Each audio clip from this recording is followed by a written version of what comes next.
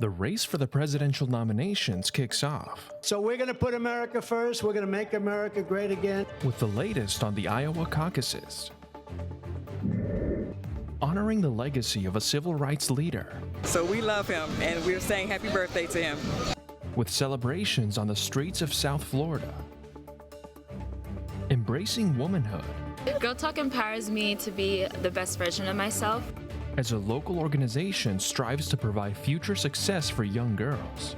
These stories and more coming up on Newsbreak.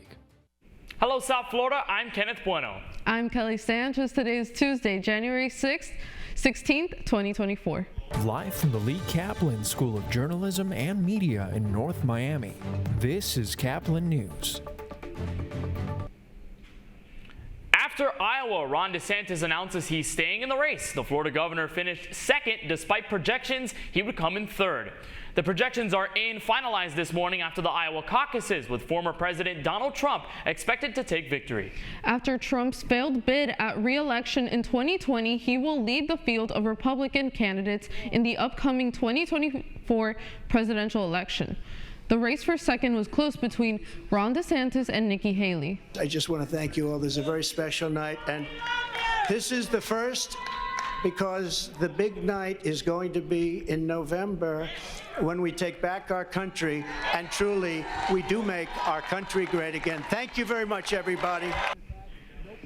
While Trump moved on, Vivek Ramaswamy finished fourth and suspended his campaign. He endorsed the former president shortly after the announcement.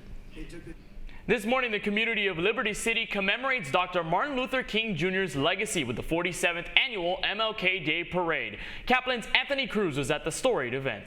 I'm standing in the community of Miami that Dr. Martin Luther King Jr. paid frequent visits to while he was paving the way for the civil rights movement in this country. Liberty City has played host to the MLK Day Parade for 47 years and counting, and this year was like no other.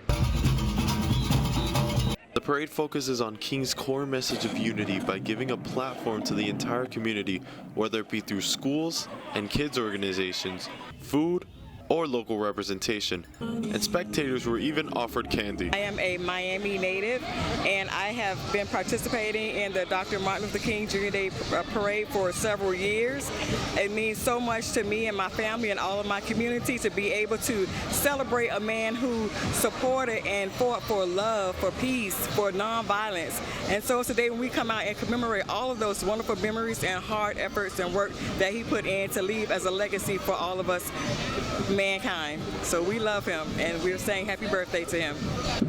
Yeah, I'm enjoying myself. This is my fourth time coming to the parade. I came down from Buffalo, New York in the snow to be here today. So I've been enjoying it. This year been great. A lot of people came out to see what the community is doing, see what the community is trying to do next, you know. As you can see behind me, the parade is just about to end, but that does not mean that the day of festivities is over, as the city of Miami has organized multiple events in order to bring the community together. Signing out for Caplin News, I'm Anthony Cruz. The snow and freezing conditions across the country did not spare the nation's capital. For D.C. residents, it's the first snowfall in 2 years. D.C. Bureau reporter Nicole Castañeda is in Washington this morning. The snow has finally hit the nation's capital after 2 years. While some are enjoying the snowfall, others were not prepared for this and haven't taken the precautions to drive around the city or the highways. Multiple crashes and collisions happened this past Monday and this Tuesday morning due to slippery roads throughout the DMV area. This is why the VDOT is alarming residents to be prepared, as this is one of the first snowfalls seen in a very long time. Meanwhile, trucks spreading salt through the roads and highways have been working since late night on Sunday and will be on alert the whole day. DC Mayor Bowser also activated a cold weather emergency plan in the district in relation to the dangerously cold temperatures. Residents and snow lovers in Washington, D.C. have also taken advantage of the much-awaited snowfall to go out and enjoy the flurries. I've been in D.C. for a little less than 2 years, so this is the first time I've seen snow in D.C., and it's great. It's very pretty. Walking around, checking out the monuments is very pretty. Looking at the monuments with the soft cover of snow. People playing in the snow with their dogs, having snowball fights, and visiting the monuments were some of the activities that have taken place these last 2 days. Honestly, I'm going to be doing a bunch of snow angels when I go back home. I'm doing a lot of snow angels. I've got it planned. I've asked my neighbor. I'm going to go down, I'm going to do some snow angels. angels. Maybe a snowball fight, who knows? It'll be fun. The snowfall is taking shape to be the most significant in the past 2 years, with 2 to 4 inches of snow accumulated in the past 2 days. From snowy Washington, D.C. for Caplin News, Nicole Castañeda. Homeless people are seeking shelter due to the severe winter weather across the country. As Caplin's Paula Silva reports, most shelters in Seattle are reaching capacity. Shelters in Seattle are getting closer to reaching full capacity while the region continues dealing with frigid temperatures. That is the case for Christopher McNary, who calls the Salvation Army shelter in Seattle's Soto neighborhood home. Number one key to living homeless is getting somewhere to sleep. To have a clear mind the next day forever. Whatever you have to do, I got rest. The Salvation Army and other organizations work to open more shelters in the city. I mean, you can blunder around in the cold if you want, but everybody knows the Salvation Army will help you. Right now, the Salvation Army says the need is high both at their day shelters like this one in downtown Seattle and at their overnight shelters. We've maxed out bed count in one night. Felicia Grant is the head of social services for the Seattle Salvation Army shelters. She says they opened 2 emergency warm shelters this week and that due to how cold it is outside, both have either hit capacity or almost hit capacity. This weather is dangerous, and just a short amount of exposure, consistent exposure, can provide life-threatening conditions. Friday night, there were 185 people at their exhibition hall warm shelter at Seattle Center, nearing the 200 capacity and causing them to use overflow space. Saturday night, they increased capacity at exhibition hall to 300 people to meet that need. And we're just really, I think, fortunate that people are taking advantage of this space and not trying to weather this storm outside. Christopher says he believes if the resources are there, people will use them. You know, it's very cold outside. If the city provide a place for them, I believe they will go. For Caplin News, I'm Paula Silva. This morning, fire and power crews working to restore power following a tornado in St. Lucie and Martin County. Powerful rain knocked down trees and power lines yesterday, while hundreds of residents near Port St. Lucie were left without electricity. Residents of the area watch as crews work through dangerous conditions. They are waiting to see the extent of the damages once electricity is restored. Cleanup at a Southwest Florida gas station this morning after an awning collapsed in heavy weather. The awning and roof of a gas station in Fort Myers collapsed yesterday. The stormy weather went on for 2 straight hours. A gas station employee slipped up while cleaning up and hit her head. For now, the gas station is closed and power was cut to prevent any fire sparking. Girl Talk One-on-One is a personal and professional nonprofit organization committed to empowering young high school students in South Florida.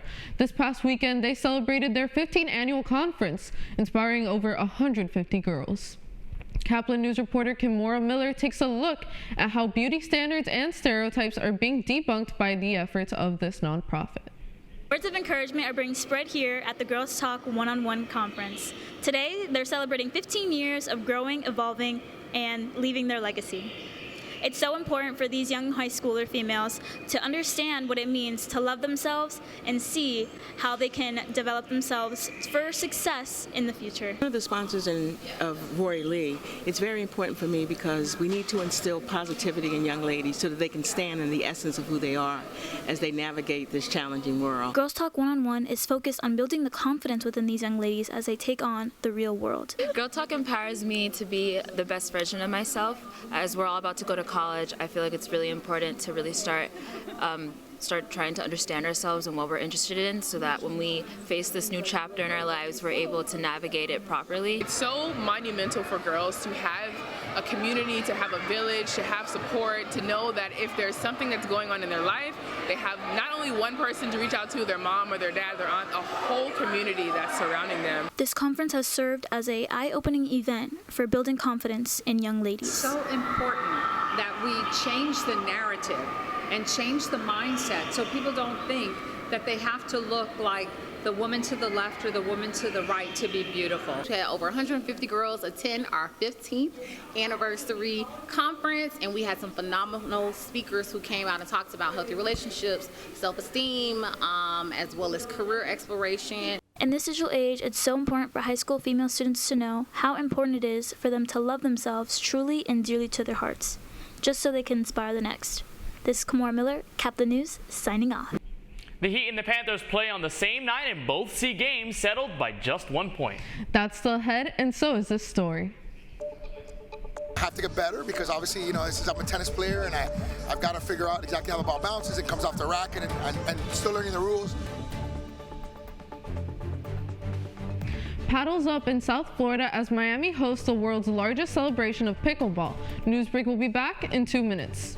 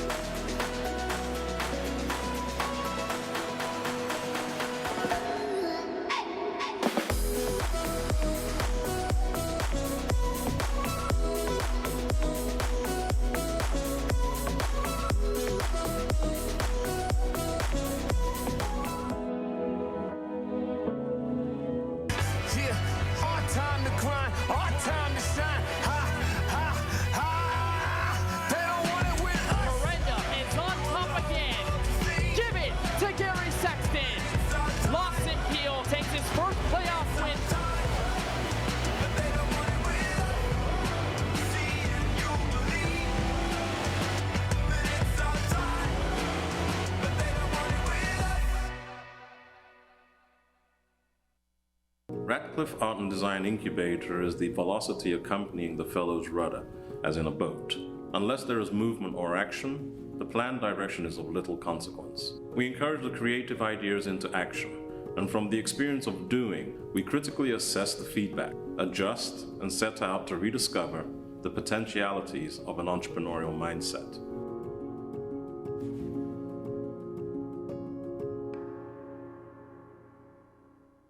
STEM is precise, no margin for error. Dare to forget that. Dare to have fun with it. Get weird with it. Dare to send those old STEM theories flying past the neighbor's house into outer space. Dare to program something internet-breaking, record-breaking. Dare to blow their minds. Dare to learn the difference between sedimentary and metamorphic rock. Go find those rocks. Dare to keep daring. Dare to STEM. Check out She Can STEM to get started.